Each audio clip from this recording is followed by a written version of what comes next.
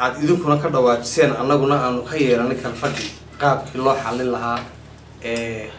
magaranaysaa go-aan looga gaari lahaa loo ciribtiri lahaa magaalada loo nadiifin lahaa aan u fadhinay inaan ka hadallo dhibaatada aydu degmada Boorama ku hayso oo aanu kalfadhigii aanu dhawaan soo xidhan aanu kaga hadalnay sidii loo ciribtiri lahaa oo aanu u codeynay aqlabiyad in aydaasi wax laga qabto guddiga arrimaha bulshada ayaa arrintaas wixii saaran inkastoo gudoomiyuhu joogo waxaan arrintaasi ballan qaaday inaanu degmada ayda aan wax weyn ka qaban doono oo bilaha soo socda insha Allah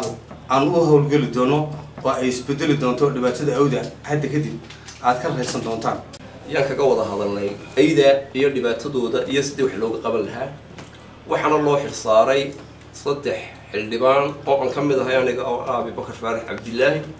run ahaantiina qorshaha aan dhignay waxay ahayd in wax laga qabto runtii bisha koowaad ee soo socota haddii Ilaahayna gaarsiiyo marka iyadoo qorshuhu waqtiga yahay ayaa haddana xalay toolaan TV-yada runtii ka arkaynay in laga hadlayay oo laga cabanayay dhibta ay leedahay iyo waxay ku hayaan dadweynaha degmada Boorama runtiina waxaan ka raali gelinaynaa waan ognahay dhibta ay inagu hayaan aydaasi iyo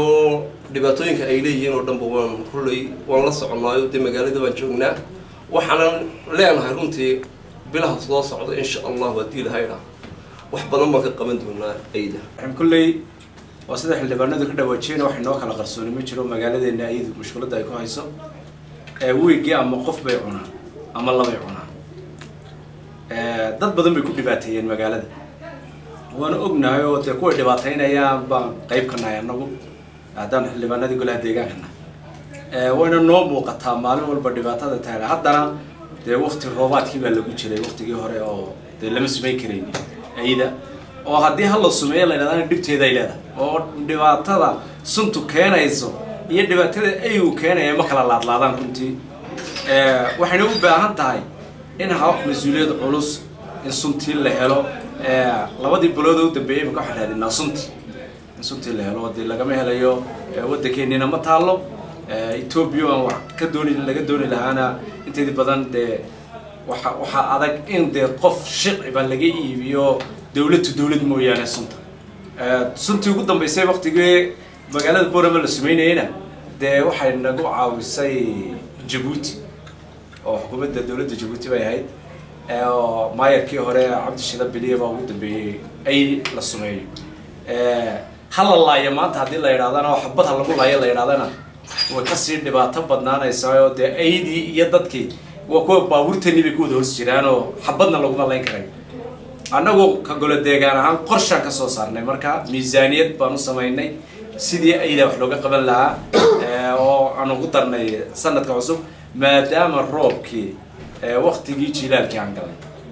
waxaan go'aansanay bisha January kowdeeda hadduu yiraahdo oo aan rajaynayno in sunti gacanteena soo gasho inaan bilowno shaqadii waan u tabaabulshaysanay golaha deegaanka qayb kamid ah loo xil saaray wasaaradda maxay ahaydaan xanaanada xoolaha qayb ka oo maxay ahaydaan iyada lafteedu qaybtii roolka ay ku lahaydaan ka siinaynaa oo aan ka wada hadalay waxa kaloo qayb ka qaadan doona shirkadda qashinka ee iyada lafteedu horseed kulley hawsha waa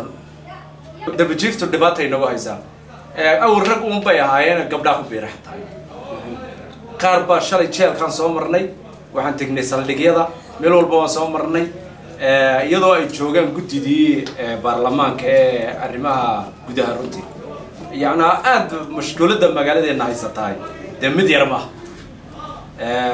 xataa carruurtii haddii lasoo qabto meel lagu xidhay ma jirto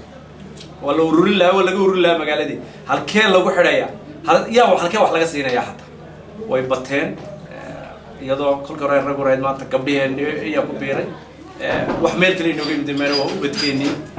wayna damqaysaa runtii waanan arkaynaa waan haynaa dhulkii 100 baa la bixiyay darbijiifta 100 mitir oo dhula oo danguud aan u haynaa laakiin maxaa dee in la dhisay u baahan tahay waana dogtiin oo golaha deegaanku dee imika hadda awood annagu uma hayno maanta inaan dhulkiina ugu dhisno kuna kafaala qaadno inay maxay yidhahdaan dee cuntadoodii iyo raashinkoogii iyo jiifkoogii iyo dhaqaalahoogii iyo biyo waa dee ummad dhan oo la soo ururiyey baahidooda waa la garanaya runtii iyada lafteeda cod dheer iyo cod gaaban baanu ku qaylinay dhawaanna waxaan sugaynaa hataa qolooyin hay-ado wax ballan qaaday runtii iyo inaan annagu budgetka miisaaniyadda iyadii waa noogu darnay imanka kan fadhiga dambe kun miisaaniyadda la ansixinayay dee wixii dawlad hoose ahaan qaybtayda waan ku darnay waxaan rajaynaynaa dee maalin kale haatay wax laguma qaban karee maamulkan dambe waxaan kula talnay inay sida ugu dhaqsiya badan wax uga qabtaan qoladeeda guddida fulinto waxaan rajaynaynaa in sida ugu dhaqsiya badan dee wax annagu aan qaban karna mayna bulshada reer Boorama hadday ganacsato tahay hadday culimo tahay hadday dhalinyaro tahay hadday aqoon-yahan tahay waxaa looga fadhiyaa dadkan inaan inagu meel wada saarno golaha deegaanka waxba ma qaban karo haddii intaa aan la iskaashan oon la isgarab taagin annagu keligay waxna qaban mayno cid kaloo wax qaban kartaa ma jiro laakiin haddaynu u midowno waxaan aaminsanahay inaynu caruurteena darbi jiifka aan wax ka qaban karno maxay tahay meel la dhigi karo waxaanan ugu baaqayaa shacabka ama dadweynaha reer Boorama bal inta meel la dhiso loo helaayo waa guryahan u karayn oo dawladda hoose ama golaha deegaanku kirada baa bixiyaan raashinkoogi iyo wixii lagu haynayay dadkii haynayay inta dee waxa la iska weydiiyaan leenahay annagoo ha laga tashado ummaddu iyada wax qabsatee maanta magaalada dhexdeeda ayuu xamagtii wada sitaa ciyaalkeena yareera waxa weeyaan waa arrin xasaasiya kullayna in wax laga qabto muhiima waxa weeyaan golo deegaan ahaan dee wixii karaanka iyaga aan noqonaynaa dadweynahaasi waxaan leenahay in wax laga qabto dadweynaha iyo hay'adaha caalamiga iyo ciddii wax ku tari kartaba inay baaqa waxaan u diraynaa inay wax ka qabtaan arrinka darbi jiifka oo arrin xasaasiya waad aragteen oo imika dumar baa xitaa ku jira ya oo dumarkiiba ma gaadhay raggiiba way dhaaftay arrinkaasi waa arrin khatartiisa leh markaa in wax laga qabto ayaan ugu baaqaynaa annaguna wixii karaanka iyaga ka golo deegaan ahaan waan ku taraynaa asalaamu calaykum waraxmatullahi wabarakaatu bulshadayada degmadan Boorama ku nool dhibta ay la qabaan mid iyaguna haysato maahan waa la qabnaa dareenkooga ay xalay ka dhawaajinayeen hortood baan ka dhawaajinay ka golo ahaan oo iska weydiinay in mushkiladda ciida wax laga qabto laakiin warkeenu yuna noqonin nin fadhiya lagdini la fudud mashruuca ciidu wax dhib yar maaha asbaab badan buuna u dhib yaraynoo dee suntii gacanta hadda inooguma jirta waa la raadca tegay waa halka u fudud weliba sunta haddii waxaan kaga maarsanno aan helno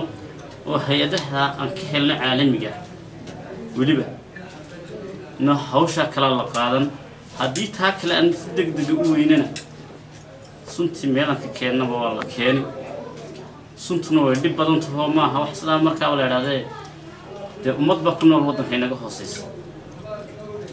intaan ayga iyo tiina ka hadlayna ummadda xitaa lafteeda biyahay cabayaan suntaas inay gaadho lama rabo dhow ummadda deegaanka inaga hooseysa taaloo dhan sunta lafteedu dhib bay ku keenaysa sidii iyagana loo badbaadin lahaa innaguna aan isku badbaadin lahaa ayaa inoo taala hawsheennuna waxaan leenahay dadweynaha iyaga canaan ha ka dhiginay waxaan waa hawl inoo wada taala talada inaga dhaxaysa kulli tanagu maamul ahaan wax kastoo nagu eedaysan dadweynaha iyaga diyaar baan u laakiin badbaadada degmadeena inaan ka wada shaqeyno wixii caafimaad ku jiro aan ka wada shaqeynaa waa mid inoo taalo mas-uuliyadeeduna na saaranta nilama yaabayno oo dhibtu ina haysataa waa mid ina wada haysatoon dareensannahay ama darbi jiif ha noqoto ama hay ha noqoto waxa loo baahan yahay tala ummadeed iyo tala degmeynaynu ka yeelano tala ummadeed iyo tu degmo inaynu ka yeelano oon ummadeenniina u talinno degmo ahaan oo magaalada un maahine ee ummadda kalena aan badbaadino ayaa loo baahan yahay waad arrinta dib bijiifka iyo taa ayduba waa dhib in saamaysay degmadeenna